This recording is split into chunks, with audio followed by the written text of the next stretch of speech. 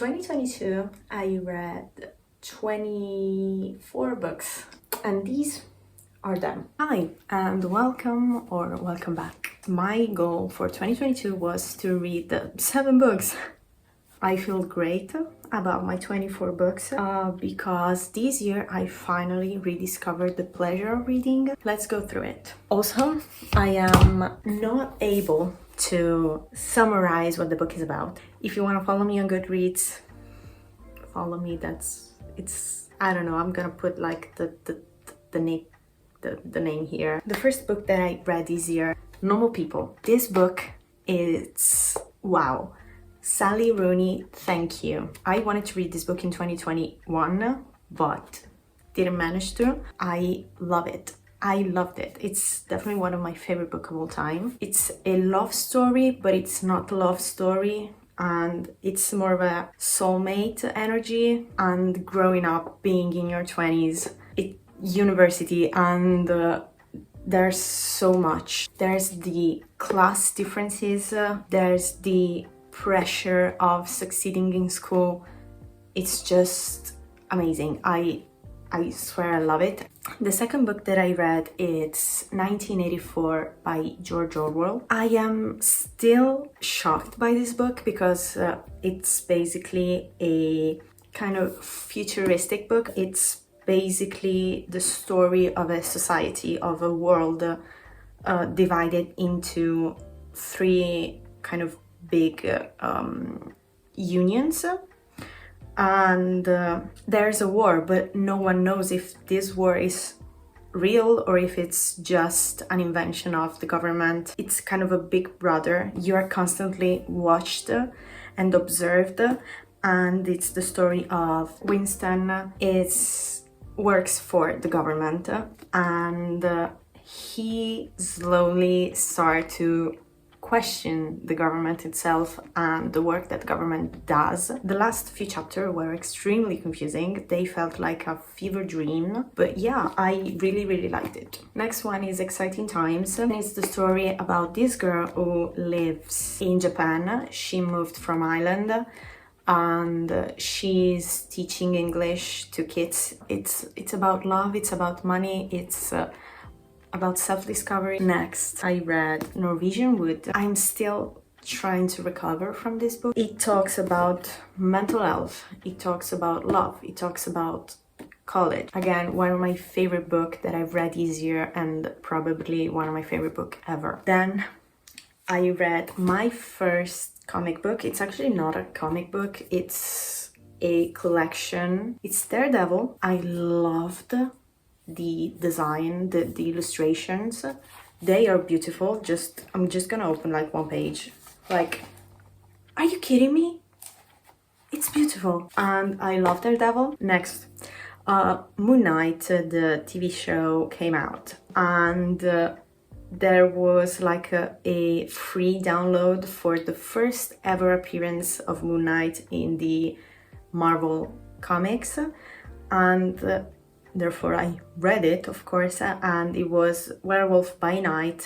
Wasn't really crazy about it, really. It was okay, I guess. And then I jumped into a classic, Emma by Jane Austen. I wasn't crazy about this book because I don't do well with books with a plot, just because I understand how the book is gonna end pretty soon.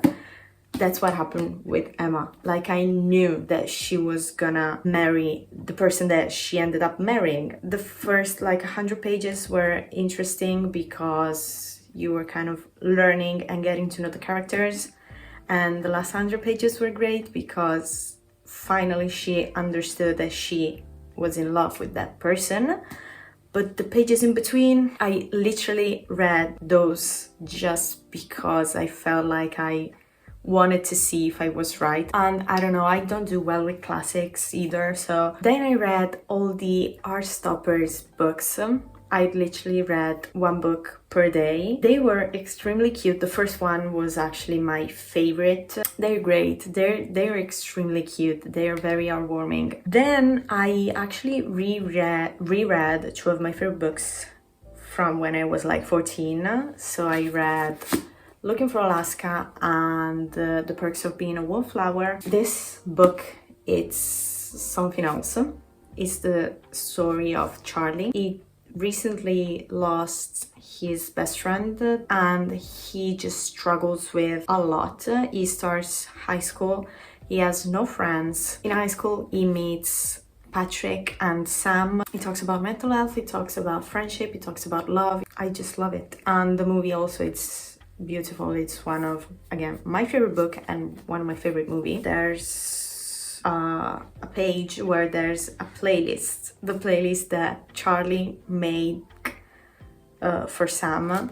And are you kidding me? Looking for Alaska, it's, I think, my favorite book from John Green. Like, it's the story of Miles. He starts a school away from home. He meets Alaska and he kind of falls in love with Alaska, but something happens to her, and Miles and this other kid, they're trying to find out what really happened to Alaska. Then I jump back into classics. I read The Picture of Dorian Gray. I liked it. I watched the movie years ago. I liked the movie despite of everything that people say. I don't know, I should rewatch it just to make sure that I really liked it. The book, I mean, was okay. What I really loved about it was the writing style. It's extremely lyrical. I bought actually a couple of books in, I think, late winter that I specifically wanted to read in summer.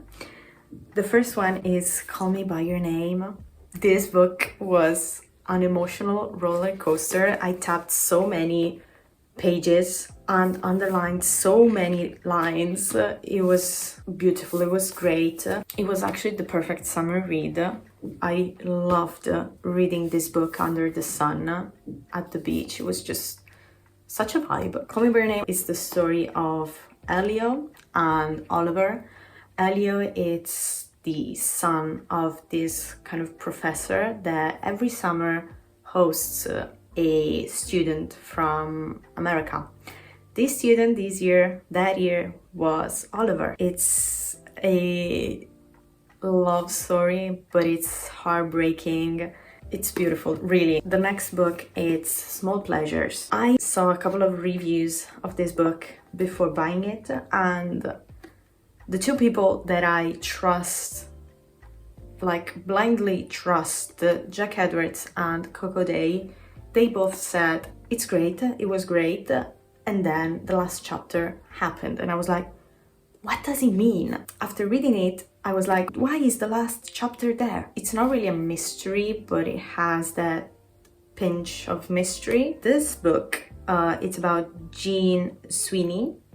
She's a journalist, so she lives with her mother and she doesn't have a life because her life revolves around pleasing her mom. When a young woman, Gretchen Tilbury, contacts the paper to claim that her daughter is the result of a virgin birth, it is down to Jean to discover whether she's a miracle or a fraud. And as I said, the last chapter just doesn't make sense. I mean, I get it, but at the same time, I'm like, let these poor characters be happy. Then my brother actually told me to read this book because he loved it, so I was like, okay, let me read it. And it's I Wish You All the Best. They're making a movie out of this book and I hope that it gets the same hype as Heartstopper, because again, it's a queer story.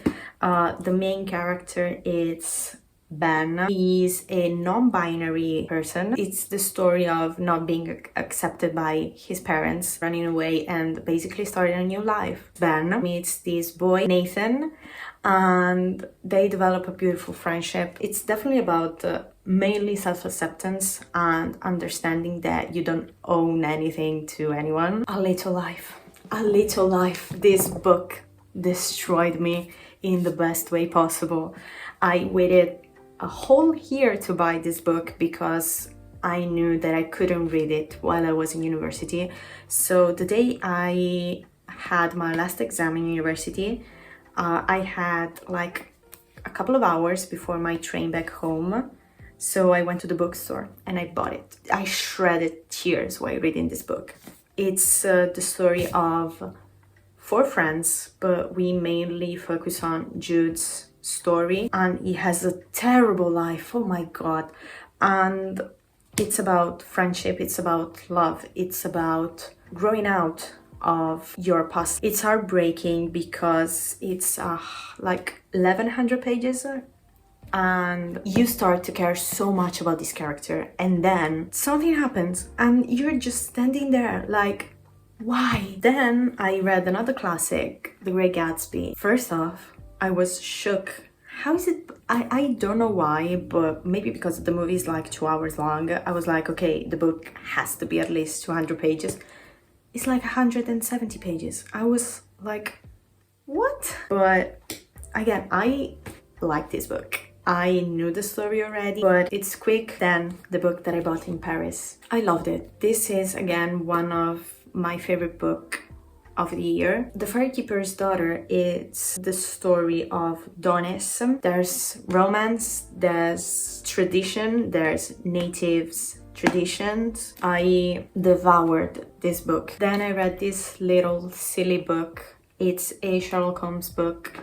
It was okay. I mean, it's like a 45 pages short book, nothing crazy. Then I joined the club of people who read Just Kids by Patti Smith. I know Patti Smith for her music. I didn't know she was a poet, a writer. She's an artist all around. And Just Kids, it's basically a memoir of her time in New York with Robert, basically how she became Patti Smith and the life artists lived back in the 70s. It has so many names. Honestly, it was extremely inspiring reading this book, how as a young artist, both of them developed into becoming great artists, the great artists that they are and will remain forever. At the beginning, I wasn't really a fan of it, but nevertheless, I literally felt like I was living in New York. I was walking down those streets. I was reliving, I was seeing what these 2 young kids went through. Second to last, it's Milk and Honey. I've had this book since like 2018. I have never finished it. Never. I read a couple of poems here and there, but never from start to finish. There are some poems that I really liked, that I kind of resonate with. The last book that I read, it's not really a book actually, it's a script. It's Fleabag, The Scriptures.